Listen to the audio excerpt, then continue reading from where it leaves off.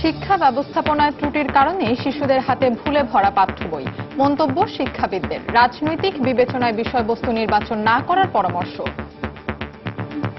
পরিচ্ছন্ন বই, সুন্দর বই, সুখকর পাঠ্য বইগুলা যদি সুখকর না হয় বাচ্চারা ছুঁড়ে ফেলে দেয়। নানান মত থাকতে পারে, কিন্তু রাজনৈতিক হিসাব নিকাশে হওয়া উচিত নয়। মানটা যদি ঠিক না থাকে তো ঝরে পড়বে বা শিখবে না। পাঠ্য বইয়ের ভুল স্বীকার করে শিক্ষামন্ত্রী জানালেন তদন্তের পর ব্যবস্থা। আমরা একটা প্রাথমিক রিপোর্টের ভিত্তিতে দুইজনকে চিহ্নিত করে আমরা ওএসডি করছি। অবস্থা বুঝে আমরা কিভাবে কি সমাধান করা যায় এই বিষয়গুলো আমরা ব্যবস্থা নিই। দেখছিলেন প্রধান শিরোনাম। দুপুরের সময়ের সঙ্গে আছি আমি ফাহমিদা মৌটুসী এবং আমি এসএম ইকবাল। এবার অন্যান্য শীর্ষ সংবাদ। বঙ্গবন্ধুর স্বদেশ প্রত্যাবর্তন দিবসে প্রধানমন্ত্রী শ্রদ্ধা। বিকেলে বক্তব্য রাখবেন সোহরাওয়ার্দী উদ্যানে আওয়ামী লীগের জনসভায়।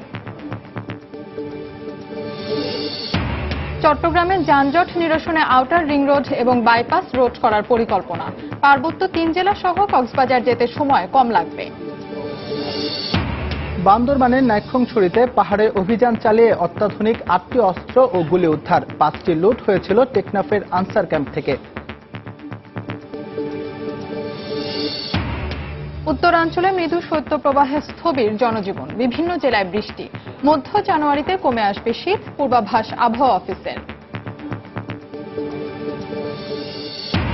এবং ফিফার বর্ষসেরা ফুটবলারের পুরস্কার তুলে দেওয়া হলো পর্তুগিজ তারকা ক্রিস্টিয়ানো রোনালদোর হাতে। বর্ষসেরা নারী ফুটবলার যুক্তরাষ্ট্রের কার্লি লয়েড।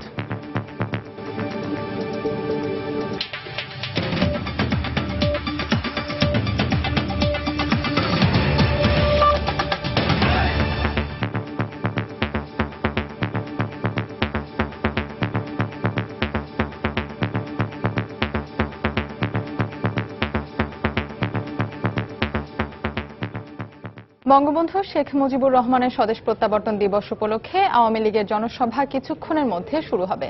রাজধানীর ঐতিহাসিক সোহরাওয়ার্দী উদ্যানে এই জনসভায় সভাপতিত্ব করবেন দলের সভানেত্রী ও প্রধানমন্ত্রী শেখ হাসিনা। জনসভা উপলক্ষে দলের বিভিন্ন স্তরের নেতাকর্মীরা সোহরাওয়ার্দী উদ্যান আসতে শুরু করেছেন। এ সময় তাদের হাতে ছিল সরকারের নানা উন্নয়ন কর্মকাণ্ড লেখা ব্যানার ফেস্টুন। স্লোগানেও ছিল গত 10 বছরে আওয়ামী লীগ সরকারের নেয়া বিভিন্ন পদক্ষেপ। এদিকে জনসভার নিরাপত্তায় সভাস্থল ও এর আশপাশে বিশেষ ব্যবস্থা নিয়েছে আইন শৃঙ্খলা রক্ষাকারী বাহিনী।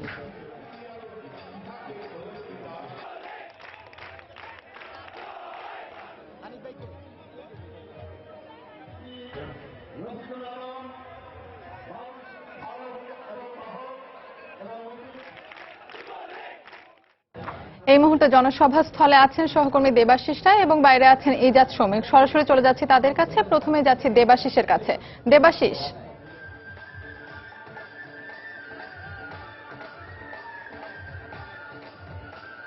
আপনি জানেন যে আজ 10 জানুয়ারি এবং এই 10 জানুয়ারি 1972 সালে কিন্তু বঙ্গবন্ধু দীর্ঘ কারাবাসের পরে কিন্তু বাংলাদেশে ফিরে এসেছিলেন এবং এই ঐতিহাসিক দিনটিকে কিন্তু আওয়ামী লীগের পক্ষ থেকে বিশেষ করে তাৎপর্য সহকারে পালন করা হয় এবং তারই ধারাবাহিকতায় কিন্তু আজকে আওয়ামী লীগের যে কেন্দ্রীয় কমিটি রয়েছে সেই কেন্দ্রীয় কমিটির পক্ষ থেকে কিন্তু একটি জনসভার আয়োজন করা হয়েছে এই ঐতিহাসিক সোহরাওয়ার্দী ময়দানেই, যে ময়দানে বঙ্গবন্ধু শেখ মুজিবুর রহমান ঐতিহাসিক ভাষণ রেখেছিলেন 7 মার্চ 1971 সালে। সেই মাঠেই কিন্তু সেই ময়দানেই আমরা লক্ষ্য করছি যে সেই ঐতিহাসিক জনসভার আয়োজন করেছে আওয়ামী লীগের পক্ষ থেকে এবং আওয়ামী লীগের যে কেন্দ্রীয় সংসদ কার্যনির্বাহী সংসদ এটির আয়োজক তারা কিন্তু এরই মধ্যে এখানে উপস্থিত হয়েছেন এবং সময়সূচি অনুযায়ী বেলা 2:30টা থেকে এই যে মূল জনসভা তার কার্যক্রম শুরু হবার কথা রয়েছে।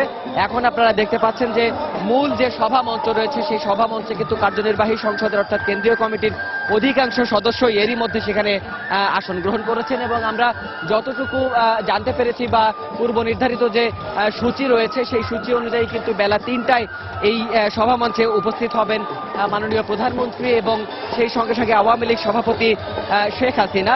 পাশাপাশি আপনারা লক্ষ্য করছেন যে এরই মধ্যে কিন্তু সোহরাওয়ার্দী ময়দানের প্রত্যেকটা কিনারা পর্যন্ত ভরে গেছে। বিভিন্ন অঞ্চল থেকে আসা যে নেতাকর্মীরা রয়েছেন সেই নেতাকর্মীরা কিন্তু এরই মধ্যে সেই সোহরাওয়ার্দী ময়দানে প্রবেশ করেছেন। এবং আমরা যদি আইন শৃঙ্খলা বাহিনীর যে অবস্থানের কথা সেটি যদি বলা চলে, সেটি বলা যায় যে এই সোহরাওয়ার্দী ময়দানে প্রবেশের যে কয়টি বিশেষ করে প্রবেশ মুখ রাখা হয়েছে, প্রত্যেকটি প্রবেশ মুখে কিন্তু আইন শৃঙ্খলা বাহিনীর প্রতিটি বাহিনীর সদস্য এখানে উপস্থিত রয়েছেন। পাশাপাশি গোয়েন্দা সংস্থার কর্মকর্তারা কিন্তু সাদা পোশাকে এই সভামঞ্চকে নিরাপদ রেখেছেন। আমরা লক্ষ্য করেছি যে এখানে শুধুমাত্র ঢাকা মহানগর উত্তর এবং দক্ষিণের যে কর্মীরা রয়েছে শুধু তাই নয়, পাশাপাশি যে ঢাকার পার্শ্ববর্তী যে আওয়ামী লীগের সাংগঠনিক জেলাগুলি রয়েছে সেই জেলাগুলি থেকেও কিন্তু এখানে নেতাকর্মীরা অংশ নিয়েছেন। আমরা লক্ষ্য করেছি যে এরই মধ্যে মাঠের প্রায় অধিকাংশ অংশই ভরে গেছে নেতাকর্মীতে। পাশাপাশি আপনাদেরকে আরো জানাতে চাই যে আওয়ামী লীগের যে অঙ্গ সংগঠনগুলি রয়েছে অর্থাৎ ভাতৃপ্রতিম যে সংগঠনগুলি রয়েছে সেটির পক্ষ থেকেও কিন্তু দলীয় নেতাকর্মীরা এই সভামঞ্চে উপস্থিত হয়েছেন। আমরা যোগ করতে চাই বিশেষ করে যে এবারের যে সম্মেলনটি, বিশেষ করে এবারের যে স্বদেশ প্রত্যাবর্তনের সমাবেশ হচ্ছে সেই সমাবেশটি কিন্তু বিশেষ করে আওয়ামী লীগের যে সম্মেলন অনুষ্ঠিত হয়ে গেল সম্প্রতি অক্টোবরে, সেই সম্মেলনের পরে কিন্তু নতুন কমিটির সবচেয়ে বড় কর্মসূচি। আশা করা যাচ্ছে যে আমরা এই সম্মেলনের সবশেষ খবরগুলো আপনাদেরকে জানাতে পারবো। তো ঠিক এই মুহূর্তে আমাদের সম্মেলন স্থলের বাইরে আমাদের প্রতিবেদক রয়েছেন ইজাজ সৌমিক, আমরা তার কাছে চলে যাচ্ছি সম্মেলন স্থলের বাইরের খবর জানতে। সৌমিক। দেবাশিস, আপনাকে ধন্যবাদ।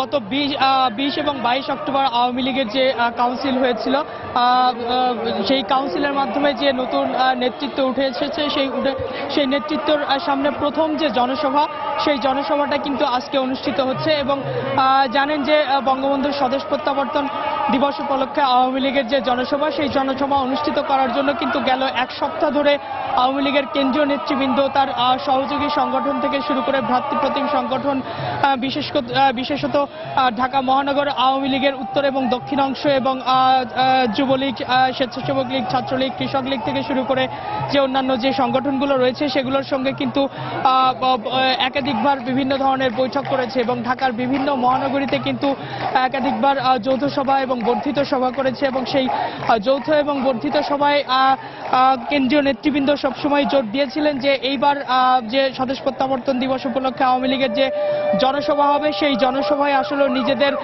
শক্তিমত্তার যে প্রদর্শন বা ব্যাপক লোক সমাগম করে শেখ হাসিনা সরকারের যে জনপ্রিয়তা, সেই জনপ্রিয়তা তুলে ধরার জন্যই কিন্তু আজকের এই জনসভা। এবং আমরা দেখতে পাচ্ছি যে এই জনসভা সোহরাওয়ার্দী উদ্যানের বাহিরের যে অংশ অর্থাৎ আশেপাশে, আমি এই মুহূর্তে যেখানটি বাংলা একাডেমির সামনে রয়েছে এবং সেখানে দেখতে পাচ্ছি যে বেলা 11:30টার দিক থেকেই কিন্তু এই দোয়েল চত্বর থেকে শুরু করে ঢাকা বিশ্ববিদ্যালয়ের টিএসসি অংশ পর্যন্ত যে 3টি গেট রয়েছে সোহরাওয়ার্দী উদ্যানে ঢোকার, সেই 3টি গেটেই কিন্তু প্রচুর সংখ্যক আওয়ামী লীগের নেতাকর্মীরা জড়ো হয়েছেন। বিশেষত এই 3টি গেটে কৃষক লীগ, স্বেচ্ছাসেবক লীগ, যুবলীগ এবং ছাত্রলীগের নেতাকর্মীরাই মূলত এইখান থেকে প্রবেশ করছে।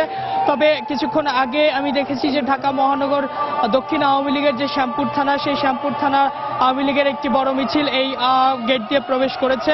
এবং একই সঙ্গে আপনাকে বলে রাখি যে মূলত আজকের যে এই আওয়ামী লীগের জনসভা, সেই জনসভাটা সেই জনসভা থেকে মূলত যে বিষয়টি আসলে তুলে ধরার চেষ্টা করা হচ্ছে সেটি হচ্ছে যে আওয়ামী লীগের যে সাংগঠনিক যে শক্তি সেটি মূলত প্রদর্শন করা। এবং আপনি জানেন যে আওয়ামী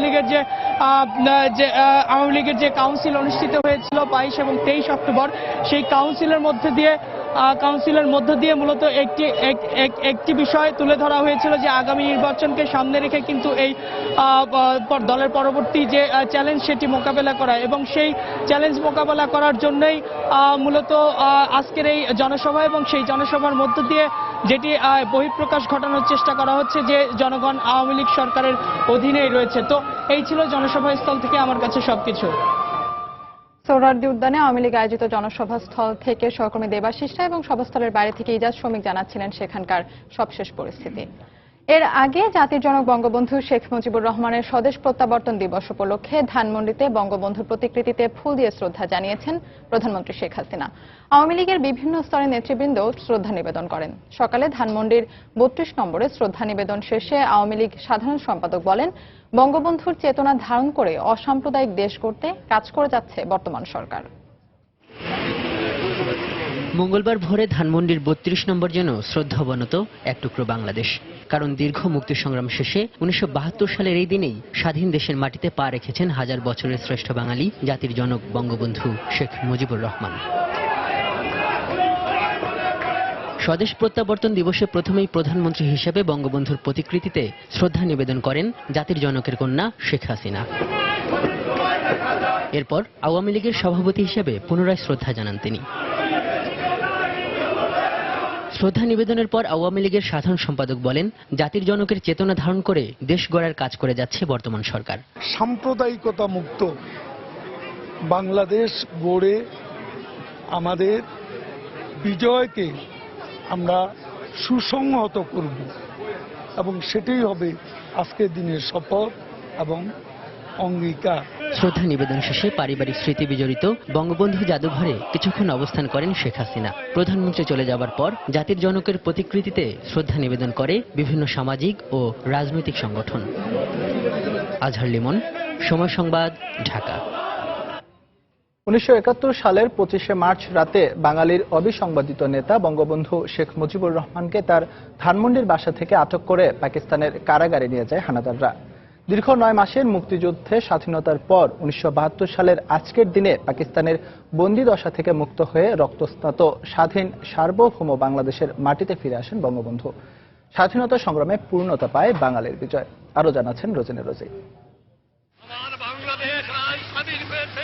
দীর্ঘ সংগ্রাম, ত্যাগ, তিতিক্ষা, আন্দোলন ও আত্মত্যাগের মাধ্যমে ৯ মাসের মুক্তিযুদ্ধে বিজয় অর্জনের পর বিধ্বস্ত বাংলাদেশকে সামনে এগিয়ে নেয়ার প্রশ্নে বাঙালি যখন বাস্তবতার মুখোমুখি, ঠিক তখনই আন্তর্জাতিক চাপে পাকিস্তানের বন্দি দশা থেকে সর্বকালের সর্বশ্রেষ্ঠ বাঙালি বঙ্গবন্ধু শেখ মুজিবুর রহমানকে মুক্তি দিতে বাধ্য হয় পাকিস্তানি শাসক গোষ্ঠী। ১৯৭২ সালের ৮ জানুয়ারি মুক্তি পেলেও লন্ডন ও দিল্লি হয়ে ১০ই জানুয়ারি স্বাধীন বাংলার মাটিতে পা রাখেন বঙ্গবন্ধু। মুক্তিযুদ্ধের পর বঙ্গবন্ধু দেশে ফিরতে না পারলে স্বাধীনতার স্বপ্ন পূরণে অসম্পূর্ণতা থেকে যেত বলে মনে করেন তার দীর্ঘদিনের রাজনৈতিক সহকর্মীরা। প্রাথমিকভাবে অনেকেরই ধারণা ছিল বঙ্গবন্ধু জীবিত আছে কি নেই, এটা নিয়ে অনেক সংশয় দ্বিধাদ্বন্দ্ব ছিল। কিন্তু আস্তে আস্তে এগুলি যখন কেটে গিয়েছে তখন অধীর আগ্রহে জাতি অপেক্ষা করছিল বঙ্গবন্ধু কখন ফিরে আসবে। বিদেশি অনেক সিনেটর, কংগ্রেসম্যান, সংসদ সদস্যরা বিদেশ থেকে যখন আসতো বা রেড ক্রিসেন্ট, তারা যখন বিভিন্ন শরণার্থী শিবিরে যেত তখন তারা জিজ্ঞাসা করতো দেশ স্বাধীন হলে তোমরা দেশে ফিরে যাবে কিনা। কিন্তু শরণার্থীরা একটা উত্তর দিত, সেটা হচ্ছে বঙ্গবন্ধু ফিরে গেলেই ফিরে আসবে। স্বাধীনতা এবং বঙ্গবন্ধু ছিল একীভূত, একটিকে বাদ দিয়ে আলাদা তারা চিন্তা করতে পারত না। বঙ্গবন্ধু সহযোদ্ধারা বলছেন, যুদ্ধ বিধ্বস্ত দেশে ১৯৭২ সালে তার আগমন বাঙালি জাতির জন্য একটি বড় প্রেরণা হিসেবে কাজ করেছিল। বাংলাদেশ সার্বিকভাবে অসম্পূর্ণ ছিলেন বঙ্গবন্ধু ফিরে না আসা পর্যন্ত। তিনি বাংলাদেশের জনগণকে আহ্বান জানিয়েছেন, যার কাছে যা কিছু আছে তাই নিয়ে শত্রু মোকাবেলা করো। স্বাধীনতার স্বপ্ন যিনি দেখিয়েছেন, স্বাধীনতার করবার যে আহ্বান যিনি জানিয়েছেন, তিনি হচ্ছেন বঙ্গবন্ধু শেখ মুজিবুর রহমান। তো ওনাকে ফিরে না আসা পর্যন্ত আমাদের কাছে সেই অনুভূতিটা ছিল যে বাংলাদেশ এখনো সম্পূর্ণ নয়। বিশ্ব দরবারে জাতি হিসেবে নিজেদের প্রতিষ্ঠা লাভ সহ ১২৯টি দেশের স্বীকৃতি আদায় করতে সক্ষম হয়েছিলেন বঙ্গবন্ধু শেখ মুজিবুর রহমান। রোজিনা রোজি, সময় সংবাদ, ঢাকা। পল্লী সড়কে গুরুত্বপূর্ণ সেতু নির্মাণ প্রকল্প সহ ৮,৮৭৪ কোটি টাকার ৯টি প্রকল্পের অনুমোদন দিয়েছে জাতীয় অর্থনৈতিক পরিষদের নির্বাহী কমিটি একনেক। সকালে প্রধানমন্ত্রীর সভাপতিত্বে রাজধানীর এনইসি সম্মেলন কক্ষে প্রকল্পগুলোর অনুমোদন দেওয়া হয়। এর মধ্যে সবচেয়ে বড় পল্লী সড়কে গুরুত্বপূর্ণ সেতু নির্মাণে ব্যয় ধরা হয়েছে প্রায় ৪,০০০ কোটি টাকা। এরপর রয়েছে প্রায় ২,০০০ কোটি টাকা ব্যয়ে চট্টগ্রাম পানি সরবরাহ উন্নয়ন ও স্যানিটেশন প্রকল্প। অন্যান্য প্রকল্পগুলোর মধ্যে রয়েছে বাগেরহাট জেলায় ৮৩টি নদী খাল পুনঃখনন ও মংলা ঘষিয়াখালী চ্যানেলের নাব্যতা বাড়ানো, ৩টি পার্বত্য জেলায় বিদ্যুৎ বিতরণ ব্যবস্থার উন্নয়ন এবং ঢাকা দক্ষিণ সিটি কর্পোরেশনের আওতাধীন নবসংযুক্ত এলাকাগুলোর সড়ক অবকাঠামো ও ড্রেনেজ ব্যবস্থার উন্নয়ন প্রকল্প। সভা শেষে ব্রিফ করেন পরিকল্পনা মন্ত্রী। ২০৩০-এর মাঝে দেশের সকল মানুষকে সুপেয় পানির ব্যবস্থা করতে হবে। এসডিজির ৬ নম্বর গোলটি হচ্ছে সেটি। তারই একটি অঙ্গ হিসাবে চট্টগ্রামে পানি সরবরাহ প্রকল্পটি আমাদের প্রথম প্রকল্প। ৯টি প্রকল্পের যে প্রাক্কলিত ব্যয়ের পরিমাণ হচ্ছে ৮,৮৭৪ কোটি ১৬ লক্ষ টাকা। তার মাঝে জিওবির পরিমাণ হচ্ছে ৭,৩২৯ কোটি ১৬ লক্ষ টাকা, আর সংস্থার নিজস্ব তহবিল থেকে আসছে ৫০ কোটি ৯ লক্ষ টাকা। দুপুরের সময় আরও থাকছে। বাণিজ্য মেলায় মানের তুলনায় আসবাবপত্রের দাম বেশি, অভিযোগ ক্রেতাদের। কাঁচামালের আমদানি নির্ভরতা আর উচ্চ শুল্ক হারই কারণ বলছেন ব্যবসায়ীরা।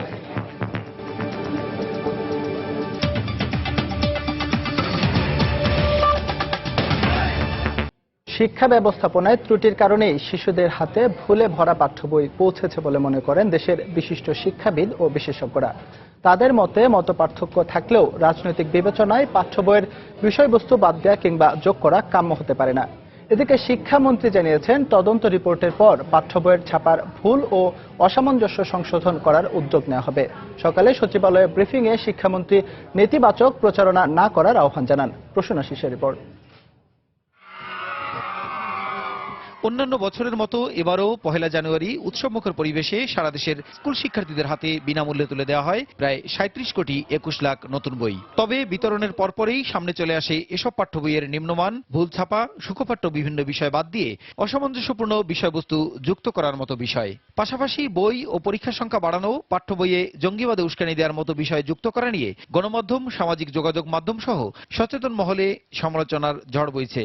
এই পরিপ্রেক্ষিতে স্কুলের পাঠ্যপুস্তক ও বর্তমান কারিকুলাম পরিমার্জনে দেশের বিশিষ্ট শিক্ষাবিদদের নিয়ে দুটি কমিটি গঠন করেছে শিক্ষা মন্ত্রণালয়। শিক্ষার অব্যবস্থাপনায় ভুলের কারণ উল্লেখ করে বিশেষজ্ঞরা বলেন, পাঠ্য বই ত্রুটিহীন করা না গেলে শিশু কিশোরদের সময় উপযোগী করে গড়ে তোলা সম্ভব নয়। শিক্ষিত করার মতো আমরা সিলেবাস দিচ্ছি না, তাদেরকে পড়ার সময় দিচ্ছি না, ভালো টিচার দিচ্ছি না, ভালোভাবে তাদের এগিয়ে যাওয়ার যে পথটা আমরা নির্দেশনা দিতে পারছি না। পরিবর্তন হতে পারে, কিন্তু প্রশ্নটা হচ্ছে তাড়াহুড়া এমনই হচ্ছে যে এগুলো বাদ পড়ে গেল।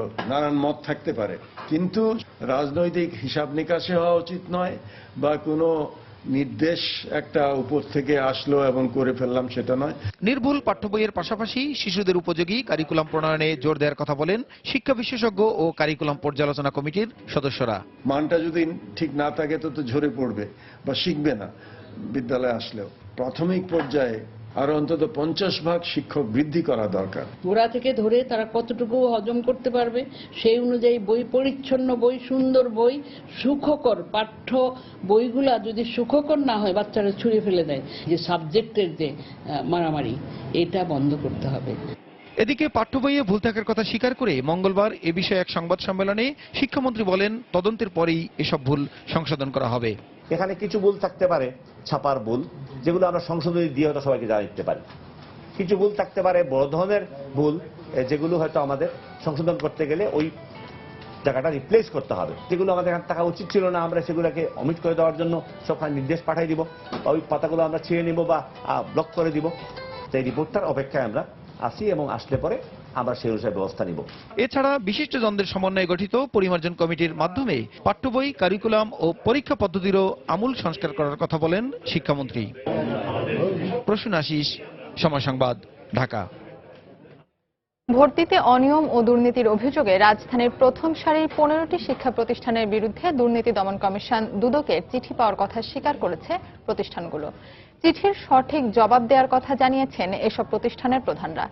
এদিকে রাজধানীর সবকটি স্কুলের ওপর সংস্থাটির নজরদারির অনুরোধ জানিয়েছেন ভুক্তভোগী অভিভাবকরা। শাফিন জাহিদের রিপোর্ট। বেসরকারি স্কুলগুলো একজন শিক্ষার্থী ভর্তির সময় মাসিক বেতন, সেশন চার্জ ও উন্নয়ন ফি সহ সর্বোচ্চ 8,000 টাকা নিতে পারবে, এমন নির্দেশনা আছে শিক্ষার্থী ভর্তি নীতিমালা 2016-তে। অথচ সরকারের এই নীতিমালা উপেক্ষা করে রাজধানীর অনেক বিদ্যালয়ই চালিয়ে যাচ্ছে ভর্তি বাণিজ্য। এই যেমন রাজধানীর মিরপুরের প্রিপারেটরি গ্রামার স্কুল। নিয়ম না মেনে এখানে প্রথম শ্রেণী থেকে দশম শ্রেণী পর্যন্ত প্রতিটি শিক্ষার্থীর কাছ থেকে নেওয়া হচ্ছে 13,000 টাকা করে। একরকম বাধ্য হয়েই বাড়তি টাকা দিয়েই ভর্তি করাচ্ছেন এখানকার অভিভাবকরা। 13,000 টাকা দিয়ে বাচ্চাকে ভর্তি করেছি, মাসিক বেতন 1200 টাকা, কিন্তু যার জন্য 3টা বাচ্চা একত্রে পড়ছে তার জন্য তো খুব কষ্ট হচ্ছে। পড়ালেখা করতে যে মনে হয় মাসের বেতনটাই মনে হয় চলে যাইব। সবচেয়ে বড় যদি ব্যবসা হয় তাহলে স্কুলের পর কোনো বিজনেস নেই। আর এসব প্রতিষ্ঠানের শিক্ষকদের সোজা সাপটা উত্তর, ইচ্ছে হলে ভর্তি করান, নয়তো অন্য কোথাও যান।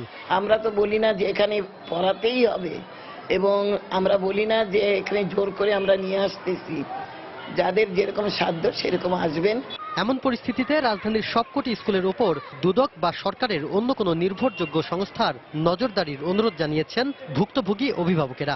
সরকার নির্ধারিত একটা লিমিট দিয়ে দিক যে এর বেশি যদি হয় তাহলে আইনি অনুযায়ী ব্যবস্থা নেওয়া হবে। মোটামুটি এমন একটা পজিশনে নিয়ে আসুক যে তাদের অন্তত পড়াশোনার মতো সুযোগ হয়। রাজধানীর কোনো শিক্ষা প্রতিষ্ঠানের ভর্তি বাণিজ্য সম্পর্কিত অভিযোগের পরিপ্রেক্ষিতে গেল রোববার মণিপুর উচ্চ বিদ্যালয় ভিকারুন্নেসা নুন স্কুল সহ রাজধানীর 15টি স্কুলকে চিঠি পাঠায় দুদক। চিঠিতে বিভিন্ন শ্রেণীর শূন্য আসনে শিক্ষার্থী ভর্তি পদ্ধতি ও নীতিমালা সহ ভর্তির আসন সংখ্যা কত সে বিষয়ে 12 জানুয়ারির মধ্যে তথ্য সরবরাহ করতে বলা হয়। এ বিষয়ে কথা বলতে গেলে এসব প্রতিষ্ঠানের প্রধানরা ক্যামেরার সামনে কথা বলতে রাজি না হলেও আত্মবিশ্বাসের সাথে জানান সরকারি নির্দেশের বাইরে কোনো ক্ষেত্রেই অনিয়ম খুঁজে পাবে না দুদক। শাফিন জাহিদ, সময় সংবাদ, ঢাকা। ময়মনসিংহের প্রাথমিক ও মাধ্যমিক পর্যায়ের বেসরকারি শিক্ষা প্রতিষ্ঠানগুলোতে চলছে রমরমা ভর্তি বাণিজ্য। সরকার নির্ধারিত ফির চেয়ে কয়েক গুণ বেশি ভর্তি ফি আদায় করা হচ্ছে বলে অভিযোগ অভিভাবকদের। তবে প্রতিষ্ঠান প্রধানদের দাবি তারা নিয়ম মেনেই ফি নিচ্ছেন। হোসেন আলীর তোলা ছবি নিয়ে হারুনুর রশিদের রিপোর্ট। শিক্ষা শহর ময়মনসিংহের বেসরকারি শিক্ষা প্রতিষ্ঠানগুলোতে বেপরোয়া ভর্তি বাণিজ্যের কারণে দিশেহারা অভিভাবকরা। তুলনামূলক ভালো শিক্ষা প্রতিষ্ঠানগুলোতে শিক্ষার্থীর চাপ থাকায় নানা অজুহাতে মোটা অঙ্কের ভর্তি ফি আদায় করা হচ্ছে। প্রথম থেকে তৃতীয় শ্রেণীর ভর্তিতে প্রতিষ্ঠান ভেদে 5,500 থেকে 8,000 টাকা আদায় করা হচ্ছে বলে অভিযোগ অভিভাবকদের। 8,000 টাকা ভর্তি ফিস, তারপর বই কিনতে হয়, আলাদা খাতা টাতা সব কিনতে হয়। এগুলো তো আসলে এত টাকা করে নেয়ার কোনো মানে নাই। নার্সারির ভর্তি আপনার 5,800 টাকা, এটা কি সম্ভব? আমাদের পক্ষে তো এটা সম্ভব না ভাই। সরকারি ব্যাপারে একটু পদক্ষেপ নিতে আমাদের জন্য অনেক ভালো। তবে শিক্ষা প্রতিষ্ঠান প্রধানরা বলছেন তারা নিয়ম মেনেই ফি নিচ্ছেন। 2 মাস বেতন দিতে পারলাম না, তারপরে দেখা যাবে চুপ করে একদিন চলে যায়, কোনো কিছুই আর দেওয়া যায় না। যার জন্যই আমরা ফিসগুলো নিয়ে নেই একসঙ্গে। স্কুল থেকে যা আয় হয় সে আয় দিয়েই আমরা এই স্কুল ব্যয় সংকলন করে থাকি। ব্যয় সংকলনের জন্য আমাদের যতটুকু প্রয়োজন আমরা ততটুকু ফি আদায় করে থাকি। বোর্ডে অনুমতির জন্য আবেদন করে রেখেছি, কিন্তু এখন পর্যন্ত কোনো কিছু পাইনি। জেলা প্রশাসক জানালেন অতিরিক্ত ভর্তি ফি আদায়ের বিষয়টি প্রমাণিত হলে কঠোর ব্যবস্থা নেওয়া হবে। অভিযোগ এসেছে যে বেসরকারি প্রতিষ্ঠান থেকে কিছু টাকা বেশি নেয়ার বিষয়। এটা আমরা খোঁজ খবর নিচ্ছি এবং নিয়ে যদি দেখা যায় যে সত্যি ঘটনাটি ঘটেছে তাহলে আমরা কঠিন ব্যবস্থা গ্রহণ করব। বেসরকারি মাধ্যমিক, নিম্ন মাধ্যমিক ও প্রাথমিক স্তরের ভর্তি নীতিমালায় জেলা সদরের পৌর এলাকায় সেশন চার্জ সহ ভর্তি ফি সব মিলিয়ে 2,000 টাকা নির্ধারণ করে দিয়েছে শিক্ষা মন্ত্রণালয়। হারুনুর রশিদ, সময় সংবাদ, ময়মনসিংহ। প্রশাসনের গুম, ক্রসফায়ার ও নির্যাতনের কারণে বিএনপি আন্দোলনের কর্মসূচি পালন করতে পারছে না বলে মন্তব্য করেছেন দলটির সিনিয়র যুগ্ম মহাসচিব রুহুল কবির রিজভী। সকালে রাজধানীর নয়াপল্টনে দলটির কেন্দ্রীয় কার্যালয়ের সংবাদ সম্মেলনে তিনি কথা বলেন। তিনি বলেন, বিএনপিকে সমাবেশের অনুমতি না দিয়ে আওয়ামী লীগকে অনুমতি দেয়া সরকারের দ্বিমুখী নীতিরই বহিঃপ্রকাশ। 10 জানুয়ারি তারা পালন করছেন, অথচ আমরা আমাদের কর্মসূচি পালন করতে পারি না।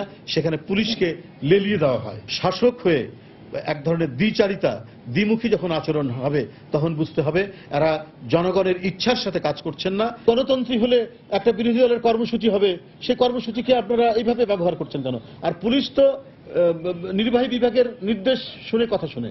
অত্যাচার হচ্ছে নরকের মতো, এটাকে সহজে পরাজিত করা যায় না। তো সুতরাং আমাদেরকে আরো শক্তি সংহত করে আমরা এদের বিরুদ্ধে লড়াই করব। ব্রাহ্মণবাড়িয়ার নাসিরনগরে হামলার ঘটনার অন্যতম সন্দেহভাজন চাপড়তলা ইউনিয়ন আওয়ামী লীগের সদস্য বহিষ্কৃত নেতা সুরজ আলীর 2 দিনের রিমান্ড মঞ্জুর করেছেন আদালত। সকালে অতিরিক্ত chief judicial magistrate Mohammad Shafiqul Islam এ আদেশ দেন। তদন্ত কর্মকর্তা জানান, সকালে সুরজ আলীকে জেলার অতিরিক্ত চিফ জুডিশিয়াল ম্যাজিস্ট্রেটের আদালতে হাজির করা হয়। এ সময় নাসিরনগরে হামলার ঘটনায় উস্কানি দেওয়ার অভিযোগে আরও জিজ্ঞাসাবাদের জন্য তার 7 দিনের রিমান্ড আবেদন করেন তারা। পরে শুনানি শেষে 2 দিনের রিমান্ড মঞ্জুর করেন আদালত। এর আগে বিভিন্ন ভিডিও ফুটেজ দেখে নাসিরনগরের ঘটনায় সুরজ আলীর সম্পৃক্ততার প্রমাণ পায় পুলিশ। পরে রোববার সন্ধ্যায় চাপড়তলা গ্রাম থেকে তাকে আটক করা হয়। গাইবান্ধার সুন্দরগঞ্জের সংসদ সদস্য মঞ্জুরুল ইসলাম লিটন হত্যাকাণ্ডে জড়িতদের দ্রুত গ্রেফতার করা হবে বলে জানিয়েছেন পুলিশের মহাপরিদর্শক শহীদুল হক। দুপুরে রংপুর পুলিশ হলে আইন শৃঙ্খলা বাহিনীর একটি অনুষ্ঠান শেষে সাংবাদিকদের তিনি কথা বলেন। যতগুলি ঘটনা অতীতে ঘটেছে জঙ্গিরা ঘটক বা সন্ত্রাসীরা ঘটক, এই নর্থ বেঙ্গলে বিভিন্ন জেলায়, ঢাকা শহরে, ঢাকার আশেপাশে প্রত্যেকটা ঘটনা কিন্তু আমরা সেগুলি একেবারে ভালোভাবে ডিরেকশন করতে পেরেছি, আসামি গ্রেপ্তার করতে পেরেছি। এখানে খুনিদেরকে আমরা শনাক্ত করতে পারবো। আমরা সম্পূর্ণ নিরপেক্ষভাবে পেশাদারিত্ব নিয়ে কাজ করতেছি। বান্দরবানের নাইক্ষ্যংছড়িতে 2টি পাহাড়ে অভিযান চালিয়ে অত্যাধুনিক অস্ত্র ও বিপুল পরিমাণ গুলি উদ্ধার করেছে র্যাব 7। এই অস্ত্রগুলোর মধ্যে কক্সবাজারের টেকনাফে আনসার ক্যাম্প থেকে লুট হওয়া 5টি অস্ত্র রয়েছে বলে নিশ্চিত করেছেন আনসার মহাপরিচালক মেজর জেনারেল মিজানুর রহমান। এই ঘটনায় এখন পর্যন্ত আটক করা হয়েছে 8 জনকে। র্যাব জানায়, গত বছর টেকনাফ আনসার ক্যাম্পে হামলা ও অস্ত্র লুটের ঘটনায় মূল অভিযুক্ত খায়রুল আমিন ও মাস্টার আবুল কালামকে কক্সবাজারের পুতুপালং শরণার্থী ক্যাম্প থেকে সোমবার গভীর রাতে অস্ত্রসহ গ্রেফতার করা হয়। পরে তাদের সঙ্গে নিয়ে রাত থেকে ঘুমধুম সীমান্তের তুমরু পাহাড় ও পার্শ্ববর্তী আরও একটি পাহাড়ে অভিযান চালায় র্যাব। এ সময় আনসার ক্যাম্প থেকে লুট হওয়া 5টি অস্ত্রসহ 8টি অস্ত্র ও 189 রাউন্ড গুলি উদ্ধার করা হয়। এই অভিযানে আরও 2 দিন চলবে বলে র্যাবের পক্ষ থেকে জানানো হয়েছে। গত বছরের 13 মে টেকনাফের নয়াপাড়া রোহিঙ্গা শরণার্থী শিবিরের আনসার ক্যাম্পে হামলা চালিয়ে আলী হোসেন নামে এক আনসার কমান্ডারকে হত্যা করে দুর্বৃত্তরা। লুট করা হয় 11টি আগ্নেয়াস্ত্র ও 670 রাউন্ড গুলি। গতকাল সন্ধ্যাবেলায় র্যাব 3 জন সন্ত্রাসীকে গ্রেফতার করে। এরা হচ্ছে খায়রুল আমিন, আজাদ মাস্টার এবং হাসান আহমেদ। তাদের কাছ থেকে র্যাব 2টি অস্ত্র উদ্ধার করে এবং 9 রাউন্ড গুলি উদ্ধার করে এবং এদেরকে তাৎক্ষণিকভাবে জিজ্ঞাসাবাদ করে এই আনসারের অস্ত্রের সন্ধান পাওয়া যায়। আমরা আজকে প্রাথমিকভাবে নিশ্চিত হয়েছি যে আমাদের একটি এসএমজি, 2টি M2 এবং 2টি 7.62 মিলিমিটার রাইফেল যা খোয়া গিয়েছিল, লুট হয়েছিল, সেগুলি আজকে এই অবস্থানে আছে। আরো ডিটেলস পুঙ্খানুপুঙ্খভাবে পরিসংখ্যান মিলিয়ে, নাম্বার মিলিয়ে আমরা আরো নিশ্চিত হতে পারবো। এই মুহূর্তে উখিয়ার কুতুপালং আছেন সহকর্মী কমল দে, সরাসরি চলে যাচ্ছে তার কাছে। কমল। ধন্যবাদ মোটুসে। টেকনাফের আনসার ক্যাম্প থেকে যে 11টি অস্ত্র উদ্ধার করা, ডাকাতি করা হয়েছিল, এর মধ্যে 8 মাস পর 5টি অস্ত্র উদ্ধার করা হয়েছে। তবে র্যাব কর্মকর্তারা আশা করছেন হয়তো আবারও অভিযান চালিয়ে তারা বাকি যে 6টি অস্ত্র রয়েছে সেগুলি তারা উদ্ধার করতে পারবেন। আর এরই প্রেক্ষিতে তারা কিন্তু এই দুর্গম যে পাহাড়ি এলাকা, সেই পাহাড়ি এলাকায় আগামী 2 দিন আরো অভিযান চালাবে বলে আমাদেরকে জানিয়েছে। আমি যদি বর্ণনা দেওয়ার চেষ্টা করি যে উখিয়ার কুতুপালং শরণার্থী যে ক্যাম্প, সেই ক্যাম্প যে প্রধান সড়ক তার থেকে প্রায় 5 কিলোমিটার এই পাহাড়ি পথ এবং এটা দুর্গম এলাকা বলা যায়। সেই দুর্গম এলাকা থেকে কিন্তু 13 কিলোমিটার দূরত্বে হচ্ছে মায়ানমার সীমান্ত। অর্থাৎ সেই এলাকাগুলোতে অস্ত্রগুলো তারা জমায়েত মজুত করে রেখেছিল বলে জানিয়েছে র্যাব। র্যাব কর্মকর্তারা বলছেন যারা সেই ঘটনার সাথে জড়িত ছিল তাদের মধ্যে 8 জনকে এখন পর্যন্ত আটক করা হয়েছে। বাকি 5 জনকে আটক করা হয়েছিল গত জুন মাসে, আর 3 জনকে আটক করা হয়েছে গত রাতে। এবং বাকি যারা জড়িত আছে তাদেরকেও সহসা আইনের আওতায় আনবে বলে র্যাবের মহাপরিচালক বেনজির আহমেদ জানিয়েছেন। এছাড়া আমরা কথা বলেছিলাম র্যাব 7-এর অধিনায়ক লেফটেন্যান্ট কর্নেল মিফতাউদ্দিন আহমেদের সাথে। তিনি জানিয়েছেন তার পুরো টিম এখন কিন্তু পাহাড়টি ঘিরে রেখেছে এবং তারা সম্ভব আরো কয়েকটি স্থানে এখন পর্যন্ত অভিযান চালিয়েছেন। তাই তারা আশা করছেন যে বাকি 6টি অস্ত্র রয়েছে, যদি সেগুলো বাংলাদেশ সীমান্তে থেকে থাকে তাহলে সেই অস্ত্র তারা উদ্ধার করতে হবে। তবে আরেকটি বিষয় বলে রাখা উচিত, তারা বলেছেন বাংলাদেশের সীমান্ত কোনোভাবে কাউকে সন্ত্রাসী কর্মকাণ্ডে ব্যবহার করতে দেওয়া হবে না বলে র্যাব কর্মকর্তা বা র্যাবের মহাপরিচালক কিন্তু সেটিও তিনি হুঁশিয়ারি উচ্চারণ করেছেন। একইভাবে হুঁশিয়ারি উচ্চারণ করেছেন যে ঘটনাস্থল পরিদর্শনে আসা আনসারের মহাপরিচালক মেজর জেনারেল মিজানুর রহমান। তারা বলছেন যেসব রোহিঙ্গা শরণার্থী, রোহিঙ্গা এই সন্ত্রাসী কর্মকাণ্ডে যুক্ত ছিল তাদের সবাইকে আইনের আওতায় আনা হবে এবং কেউ যদি আর এরকম ঘটনা ঘটাতে না পারে সে বিষয়ে তারা আরো মনিটরিং করবে এবং আরো নজরদারি বাড়ানো হবে। অর্থাৎ দুর্গম এলাকা হওয়ায় একদিন পর্যন্ত এসব অস্ত্র উদ্ধার করা সম্ভব হয়নি বলে তারা আমাদেরকে জানিয়েছেন। তারা বলছেন যেহেতু এখন র্যাব পুরো এলাকাটি গঠন করে রেখেছে এবং আগামী 2 দিন এই অবস্থা থাকবে এবং পুরো ইউনিট নিয়ে তারা সেখানে অভিযান চালাবে এবং অভিযান চালিয়ে তারা বাকি যেসব অস্ত্র উদ্ধার রয়েছে বা অন্যান্য আরো কোনো অস্ত্র রয়েছে কিনা সেটি তারা তা যাচাই করে দেবে। এখন পর্যন্ত এ ছিল আমার কাছে মোটরসি যে অভিযান চলছে তার সর্বশেষ। উখিয়ার কুতুপালং থেকে অস্ত্র উদ্ধারের ঘটনার সবশেষ অবস্থা জানাচ্ছিলেন সহকর্মী কমল দে। দুপুরের সময় আরো থাকছে। সেনাবাহিনীর নির্যাতনের মুখে মিয়ানমার থেকে গত 4 মাসে বাংলাদেশে ঢুকেছে 65,000 রোহিঙ্গা। গেল সপ্তাহে প্রবেশ করেছে 22,000, জানিয়েছে জাতিসংঘ।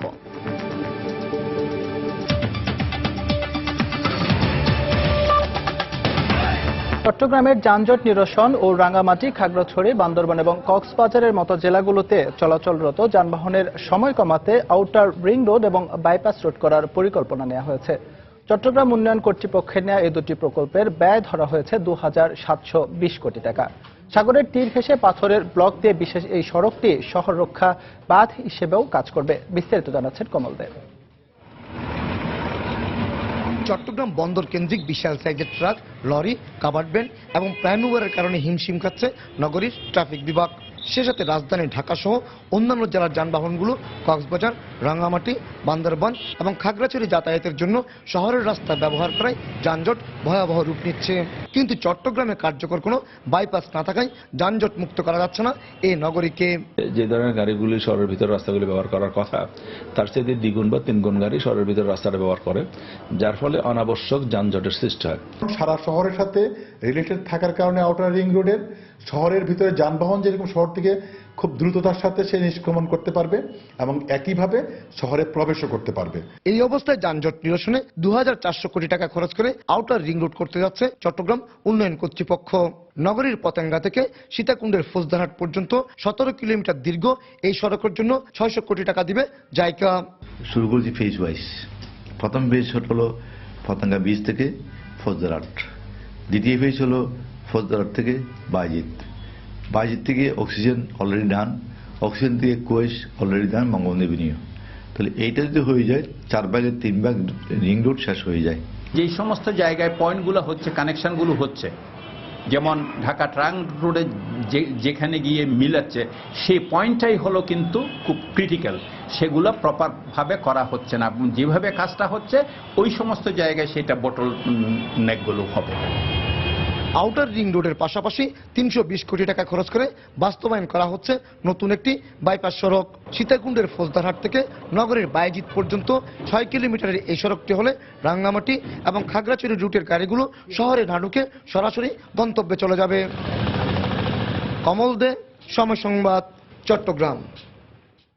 রাজধানীর পান্থপথে মোটরসাইকেল দুর্ঘটনায় গুরুতর আহত প্রথম আলো পত্রিকার প্রধান চিত্র সাংবাদিক জিয়াউল ইসলামকে উন্নত চিকিৎসার জন্য অ্যাপোলো হাসপাতালে নেওয়া হয়েছে।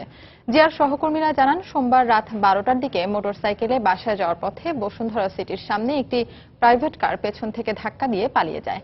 এতে মাথা ও পায়ে গুরুতর আঘাত পান জিয়াউল। পরে তাকে উদ্ধার করে ঢাকা মেডিকেল হাসপাতালে নেওয়া হলে আইসিইউতে রাখা হয়। অবস্থার অবনতি হয়, পরবর্তীতে জিয়াউলকে লাইফ সাপোর্ট দেওয়া হয়।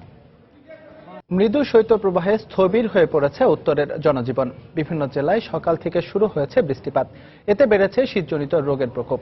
আবহাওয়া অধিদপ্তর জানিয়েছে, গত 24 ঘন্টায় দেশের সর্বনিম্ন তাপমাত্রা রেকর্ড করা হয়েছে শ্রীমঙ্গলে। তবে মধ্য জানুয়ারিতে এই তাপমাত্রা আরও বাড়বে বলে জানানো হয়। রাজশাহীতে সকাল থেকে শুরু হয় গুড়ি বৃষ্টি। এতে ব্যাহত হয় স্বাভাবিক নগর জীবন। শিক্ষার্থী সহ কর্মজীবী মানুষদের কর্মস্থলে পৌঁছাতে পোহাতে হয় বেশ ভোগান্তি। রাস্তায় যানবাহনের সংখ্যাও ছিল তুলনামূলক কম। শীতের মৌসুমেও ছাতা হাতে ঘর থেকে বেরোতে দেখা যায় পথচারীদের। হঠাৎ করে বৃষ্টি হওয়াতে মানুষ বাইরে বেরোতে পারছে না। গাড়ি ঘোড়ায় যাইতেছি, কোনো সমস্যা হচ্ছে, তাই আমাদের কলেজও অফ করে দিচ্ছে। পৌষের শেষ দিকে এসে কুয়াশার আস্তরণে ঢাকা পড়েছে কুড়িগ্রাম। জেলায় এখনো সূর্যের দেখা মেলেনি। উত্তরের কনকনে হিমেল হাওয়ায় ক্রমেই কাহিল হয়ে পড়েছে জনজীবন।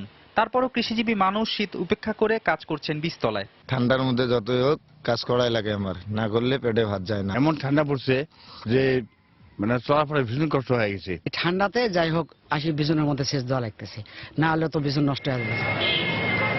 সকালে নাটোরে ঘন কুয়াশার সাথে ছিল গুড়ি বৃষ্টি। রাস্তায় যানবাহনের সংখ্যাও ছিল খুব কম। শীতের তীব্রতা বাড়ার সাথে সাথে নীলফামারীতে ঠান্ডাজনিত রোগের প্রকোপ বাড়তে শুরু করে। স্থানীয় হাসপাতালে বেড়েছে রোগীর সংখ্যা, যাদের মধ্যে বেশিরভাগই শিশু ও বৃদ্ধ বলে জানিয়েছেন চিকিৎসকরা। ঠান্ডা লাগছে, কাশি, সর্দি, জ্বর আসছে। বাচ্চা ঠান্ডা লেগেছে, কাশি, জ্বর, এই জন্য আনছি হসপিটালে। বাচ্চাদের জন্য খুব কষ্ট হয়ে যায়।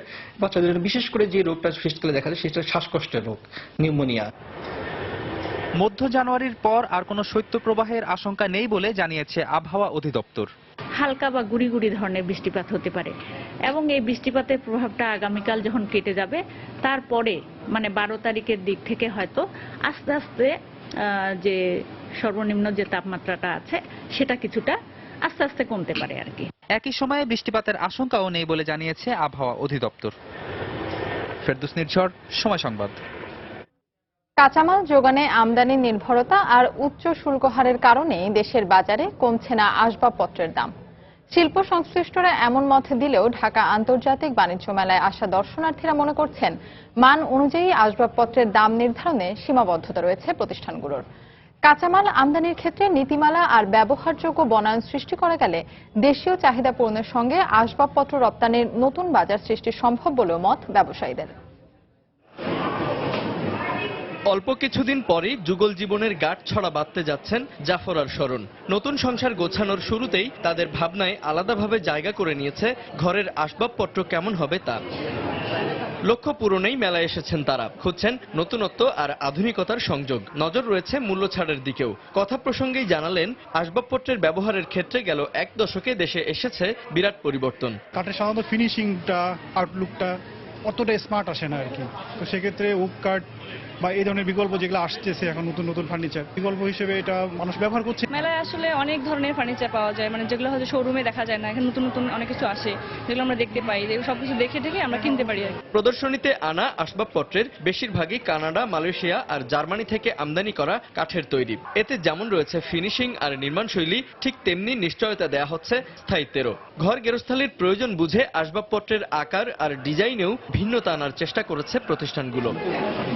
তবে আসবাবপত্রের কাঁচামাল আমদানিতে উচ্চ শুল্ক হারের কারণে দেশের বাজারে দাম কমানোর উদ্যোগ সফল হচ্ছে না বলেই মত ব্যবসায়ীদের। দেশি কাঠ তেমন একটা ইউজ করি না, আমরা আপনার ওক কাঠটা ইউজ করি কানাডার থেকে, যেটা বিচ কাঠ, জার্মানির ওক ভিনিয়ার, যেটা এগুলো সব বাইরে থেকে নিয়ে আসে। আরো রিজনেবল প্রাইসে, আরো অ্যাফোর্ডেবল প্রাইসে যাওয়ার চেষ্টা করছি। কোনো কোনো ক্ষেত্রে এই অতিরিক্ত ট্যাক্সের কারণে খুব একটা যে অগ্রসর হতে পারছি আমি সেটা বলবো না।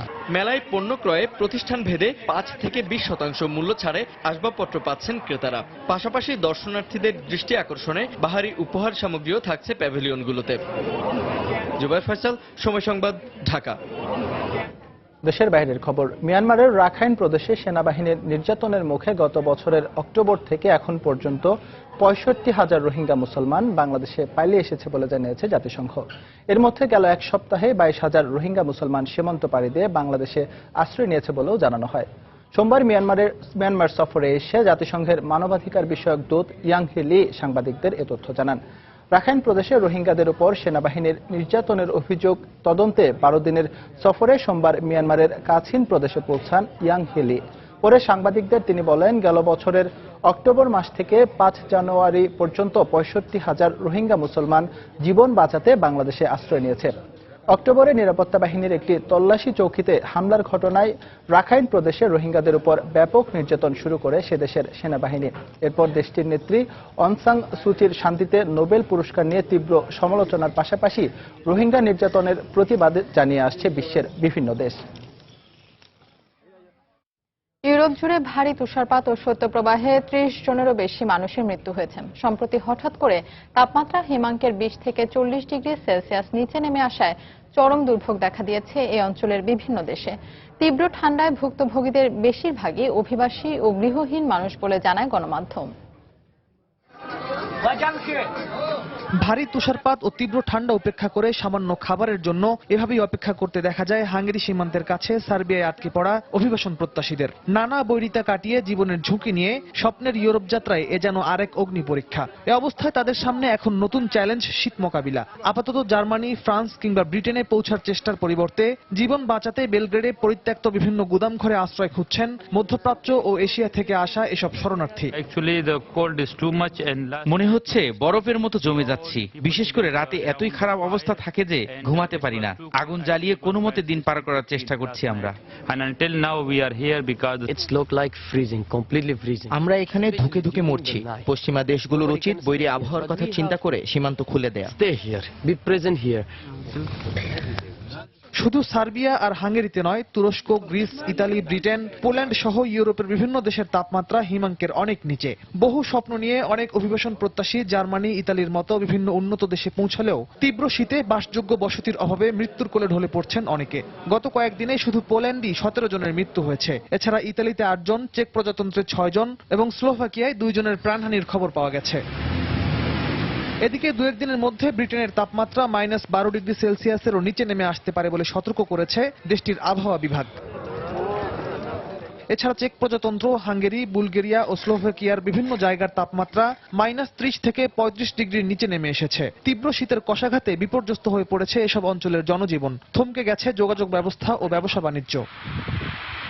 অব্যাহত তুষার ঝড়ের কারণে তুরস্কের বেশ কয়েকটি বন্দর নগরীতে অচলাবস্থা বিরাজ করছে। তুষারে ছেয়ে গেছে গ্রিসের বেশ কয়েকটি দ্বীপ। এই পরিস্থিতিতে লাখো অভিবাসীর জীবনের নিরাপত্তা নিয়ে উদ্বেগ প্রকাশ করেছে ফরাসি দাতব্য সংস্থা ডক্টরস উইদাউট বর্ডার্স। রিয়াদুল ইসলাম, সময় সংবাদ।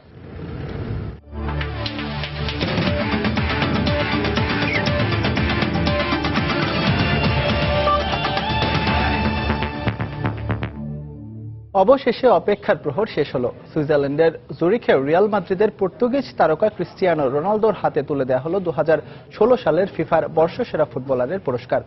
বর্ষসেরা নারী ফুটবলারের পুরস্কার জিতেছেন যুক্তরাষ্ট্রের কার্লি লয়েড। বর্ষসেরা কোচ নির্বাচিত হয়েছেন গেল মৌসুমে লেস্টার সিটিকে ইপিএল এর শিরোপা এনে দেয়া ক্লদিও রেনিয়েরি। সেরা গোলের জন্য পুস্কাস অ্যাওয়ার্ড পেয়েছেন মালয়েশিয়ার ফাইজ সুপ্রি। ফিফা সদর দপ্তর সুইজারল্যান্ডের জুরিখের টিপিসি স্টুডিও, যেখানে মুখের চড়া হাসিটি শেষ করেছিলেন, সেখান থেকেই যেন বছরের শুরুতে আবারও হাসতে শুরু করেছেন পর্তুগালে ক্রিস্টিয়ানো রোনালদোর মতো এমন দুটি ছড়ানো পারফর্মার কি তার সমসাময়িক প্রেক্ষাপটে ছিল? প্রশ্ন তো আছেই, যে প্রশ্নের উত্তর মিলল ফিফার বর্ষসেরা পুরস্কার বিতরণীর মঞ্চে। বার্সেলোনার আর্জেন্টাইন সুপারস্টার লিওনেল মেসি ও ফরাসি তারকা আতোয়া গ্রিজম্যানকে। রোনালদোর ঝুলিতে যেখানে পড়েছে 34.54% ভোট, সেখানে মেসি পেয়েছেন 26.42% ভোট। আর গ্রিজম্যান তো একেবারে পাত্তাই পাননি।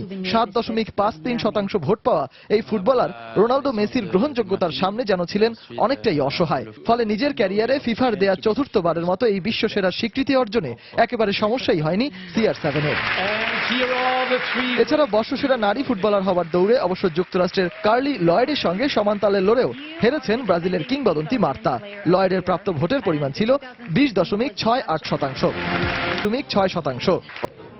দুপুরের সময় এই পর্যায়ে শীর্ষ সংবাদ জানিয়ে দিচ্ছি আরেকবার।